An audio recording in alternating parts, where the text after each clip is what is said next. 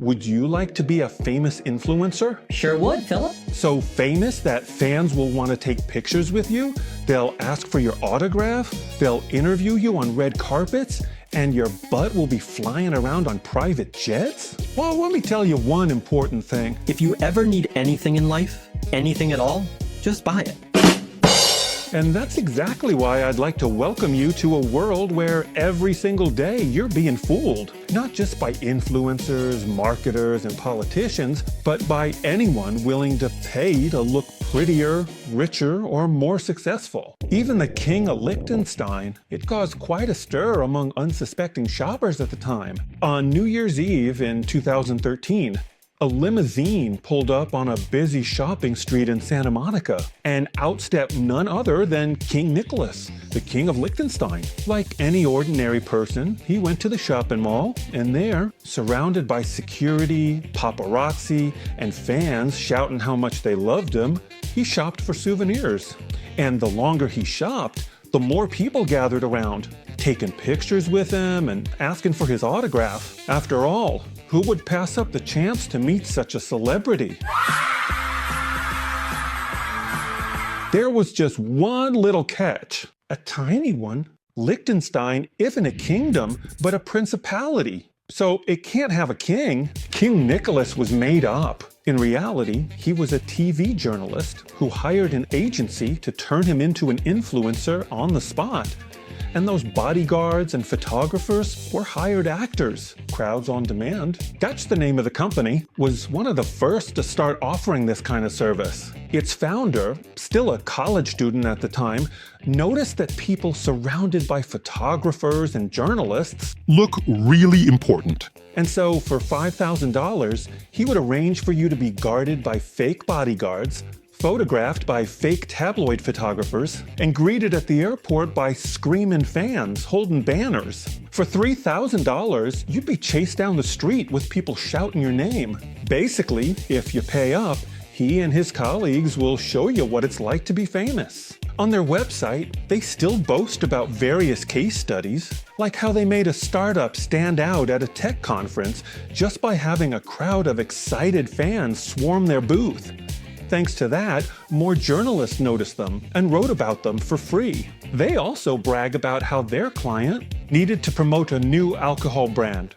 So they sent hired actors to clubs and bars around the city to ask specifically for that brand of vodka. This way, they created a sense of urgency among bartenders and bar owners that they had to stock the product or they'd lose sales. Makes sense. And agencies like Crowds on Demand also offer their services to politicians. In those cases, they send supporters to their rallies. Or on the flip side, they go protest in front of their biggest rivals' buildings. Or if you want to take down your competition, just order a crowd of disgruntled citizens with protest signs to gather in front of their branches, so they can discourage customers from even going inside. Basically, we've got it, we know it, we can make it happen. And you know what? That startup guy, a college student, bragged in an interview with the media that his business was profitable right from the very first month. All you have to do is say how many actors you need, whether it's 10 or 1,000, and when you need them, and they'll take care of the rest. You can buy just about anything. Bodyguards, journalists, sensation-seeking photographers, fans, protesters, people commenting on social media, even wedding guests. Just imagine a situation you could experience in that ultra-modern South Korea. A young woman congratulates the bride, saying, "That dress looks gorgeous on you. So much prettier than the ones you showed me in the photo." The bride just smiles, thanks her, and hugs the girl like she's her best friend in the world. And yet, this is the first time they've ever met in their lives. It's really not unusual there for the bride or groom to hire professional guests for their wedding. That's how strong the social pressure is to have as many people as possible. It's a full-on symbol of social status. If one side has noticeably fewer well-wishers, it can be humiliating. A sign of low influence and power. In many cases, the bride doesn't even tell her groom that her side of the wedding guests are actors, and vice versa. The work is mysterious and important. The process is actually really simple. You just pick from an online catalog how many and which specific guests are available. The good-looking ones are more expensive and get more bookings because, well, everyone wants to have attractive friends, right? The hired actors meet about half an hour before the ceremony to get information about their clients, like their names, ages, and where they work. Basically, just so they have an overview. The agencies also divide their employees into smaller groups, like You guys will be coworkers, you're from college, and you're high school classmates, okay? everything is arranged to look as believable as possible. And of course, they also give them an envelope with money. But I don't mean their salary now. I mean the cash gift they give to the newlyweds, so that all the traditions are kept. Then they go to the ceremony, take pictures, hug, and smile, as if they've known each other for years. Hey, bro. Thanks a lot for inviting me. What's your name again? They even invite them to the wedding reception, introduce them to the parents there, and in front of everyone, they promise to meet up again when they get back from their honeymoon. I'm telling you, it's totally bizarre. And when it's all over, these mercenaries send photos to the agency as proof that everything went smoothly. The pay in Korea is somewhere between $20 and $30 per wedding. Plus you get free food. In Japan, it's apparently so important that it can easily cost 10 times as much. There you can even hire fake bosses from work, fake parents, or any other family members, even fake ex-girlfriends and ex-lovers. And don't ask me who needs something like that or why. For a fee, they'll even show up at christenings, anniversaries, or when you're applying for a loan at the bank. For money, they'll even sing, dance, or deliver a touching speech for you. And there's an extra charge for the one who catches the wedding bouquet. Basically, you can make money and eat for free at dozens of weddings each month. Just remember one important rule. All those agencies really stress this one. Under no circumstances should you Mix up the names. That would be a real disaster. Besides people, of course, you can also rent expensive cars. That way, all the successful crypto bros and 18-year-old financial experts from Instagram can show off to all their friends and high school classmates what a luxurious life they're living. A classic like the Lamborghini Huracan costs about 750 euros a day in Dubai. So sometimes 30 people go on a group trip just to split the cost. But that's still better than some models who take pictures in the car even though they don't even have a driver's license. And once they're there, watch out. No enjoying yourself. Time to get to work and shoot some videos. A favorite spot is the famous TikTok Maiden Bridge. It looks like they're there all by themselves. Like they even rented the road in Dubai with all that money they earned with their skills. But in reality, it's just a nice bridge that connects the road to a specific hotel, so it's not used much. That means you don't have to worry about getting hit by something. And you have plenty of time to make a video where it doesn't look like there are 100 other people there with you. But no matter how ridiculous this seems to you, it's still nothing compared to the fake private jets. Those don't even exist. All over the world, there are regular studios designed so that photos and videos taken there look like you're in a private jet. This particular studio, in an ordinary rundown building in New Jersey, by the way, rents for $200 an hour, went a bit viral, and now they claim they're booked out months in advance. And I know this is going to sound ridiculous, but out of all of this,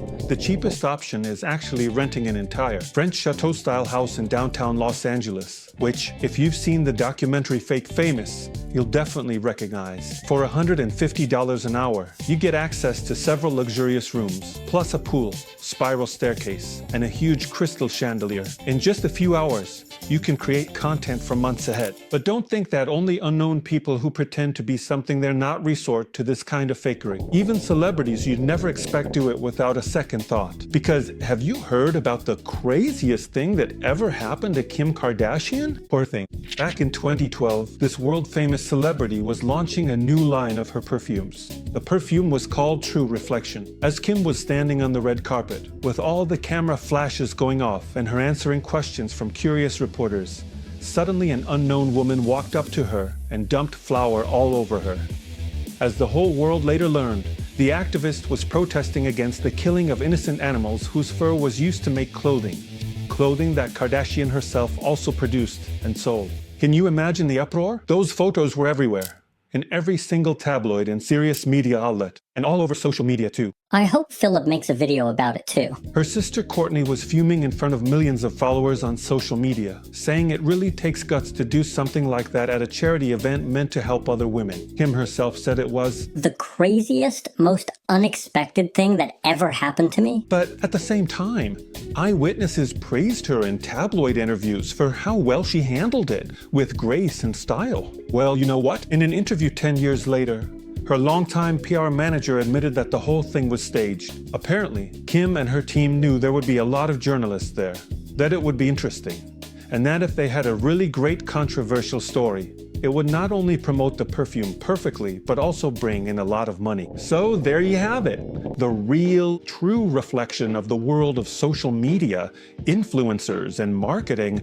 That's how crazy and unexpected most of those people's lives really are. The people we envy for their sunshine, rainbows, perfect Instagram bodies, parties, and vacations. Total nonsense.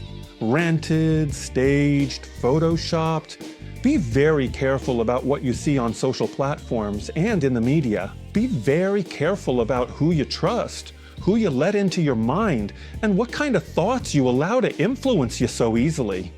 Instead of spending all those hours passively consuming, use them for active creation. Write, film, enrich this world.